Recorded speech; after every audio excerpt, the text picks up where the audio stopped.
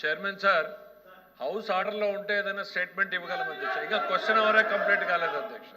దయచేసి నేను మిమ్మల్ని సభ్యుల్ని కోరేది ఏంటి అని అంటే దీని మీద గవర్నమెంట్ స్టాండ్ చాలా క్లియర్గా తమరు కూడా చెప్పారు. బీఎస్సీలో ఎల్ఓపి గారు ఉన్నారు, దీని మీద డిస్కషన్ జరుగుతుంది అని చెప్పారు. ఇంకా వాళ్ళ లీడర్ ఆఫ్ అపోజిషన్ గారి మీద చెప్పిన దాని మీద కూడా నమ్మకం లేకపోతే ఆర్డర్ లేనటువంటి హౌస్లో మేము ఎట్లా చెప్తాం అధ్యక్ష?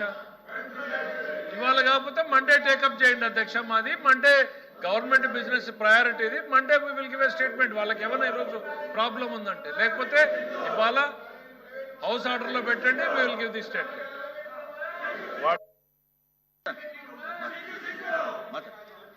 అధ్యక్ష అధ్యక్ష అధ్యక్ష ఇప్పుడు ఎఫ్ఎం గారు వచ్చి మాట్లాడుతూ ఏదైతే స్టేట్మెంట్ మీరు మండే ఇస్తానని చెప్పారు. దయచేసి ఇప్పుడు వాళ్ళు చెప్పింది మండే కావాల్సిన బిజినెస్ మండే పెట్టండి అంటున్నారు. మండే స్టేట్మెంట్ మండే అధ్యక్ష. మండే అయిపోయిన తర్వాత క్వశ్చన్ అయిన తర్వాత ఈ డిబేట్ పెట్టండి అధ్యక్ష. ఎలాగ డిబేట్కి మనం అన్నాం కదా, మండే పెట్టండి అధ్యక్ష. మాకైతే అభ్యంతరం లేదు. ఇప్పుడు ఎఫ్ఎం గారు మండేకి మాకు ఇవ్వండి, ఆపర్చునిటీ మండే ఇవ్వండి, మాకు అభ్యంతరం లేదు. మండేకి ఇవ్వండి, ఇది ఇవ్వండి, అది ఇవ్వండి.